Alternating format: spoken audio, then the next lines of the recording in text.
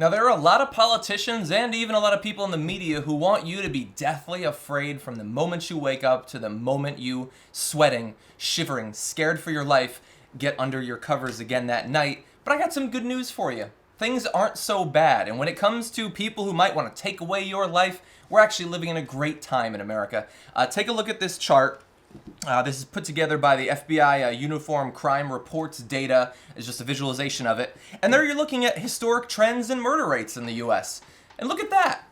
For all the fear that we're supposed to have about terrorists coming into our cities and gunning us down and roving bands of Black Lives Matters people trying to kill everyone they can, it's all a hyped up threat because we're actually safer in terms of murder at the very least than we have been since the 60s, man.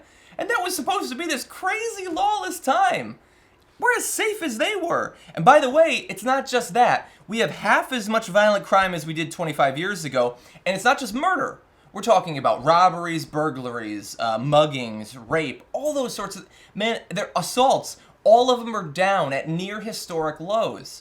But is that what you hear? Do you see people going on the news every day talking about, oh my God, things are actually, when it comes to crime, when it comes to the threats that our neighbors might pose to us, this is an amazing time to be alive. No, they don't do that. Okay, because for some reason that doesn't actually get people to watch the news. For some reason, people want to watch the news if every day we spotlight a murder, and we spotlight a stabbing, or we spotlight a rape, or something like that. Not to educate, but to tantalize. To get people excited about what's going on around them as if we live in a movie.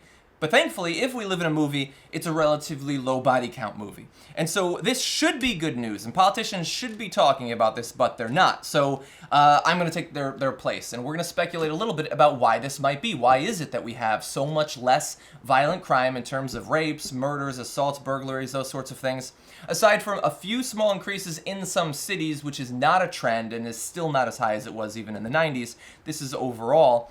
There's a lot of theories. So Vox had a number of different compilations of some that are kind of crazy, some that make some sense.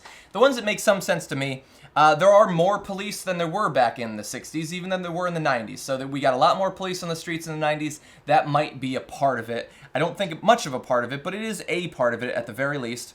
The economy is doing better than it has at some points. Now, we did have the Great Recession. I'm sure that if the economy has an effect on crime, which I believe it does, that probably hurt our numbers at least a little bit. So the actual, what we should have been at might even look better, actually. Apparently, people are drinking less, so that's good. I don't know about drug rates, but I do know that people overall are drinking less, and so you will have some less crime as a result of that. There are some crazy ones as well. There's an idea that video games and TV, those sorts of things might actually be contributing to less crime because young people actually commit, you'll be surprised to find out, a lot of crime. But they don't really go out that much anymore. They tend to stay inside playing video games and watching Netflix. And it's harder to commit crimes in your living room than if you're congregating out on street corners. And so that might be a part of it. And tied in with that, overall gang violence is lower than it used to be, which you don't hear. It's amazing. I just recently saw these numbers. And so that could be a part of it as well. If the gangs are less violent and they're committing a lot of the crimes, that could drive overall less crime. Aging population. That could certainly be a part of it. Old people don't commit a lot of crimes. 90-year-olds don't murder a lot of people. And the country is getting older overall. And so that could be a part of it. More psychiatric meditation. Well, meditation can help as well. Medication, treatment, those sorts of things. If you have some sort of psychiatric problem, we now have more treatments for that. And most recently, with the spread of affordable health insurance, thanks to Obamacare, more of it as well. And for some people, it's a very small portion of crime. That could help as well. And then one that I find very convincing. I think I've done a video of it on it here on my channel. We did one on the Young Turks, and that's that we got lead out of gasoline, out of the environment. And I know this seems crazy, but lead being absorbed into your body as you grow up does actually affect the brain in ways that could lead you to be more violent, more impulsive, more risk-taking, those sorts of things. And now we have generations being born that don't have that. And so apparently the crimes that we were committing over the past 50 years, that wasn't who we really were all along. So this is good news. This deserves to be said. This deserves to be spread as well. People should know that our country's got a lot of problems.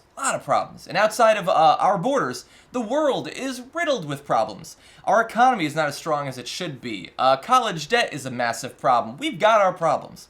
but murder isn't one of them in the way that it was over the past 50 years. And so today is a day of at least some small celebration over accomplishments we've made as a country.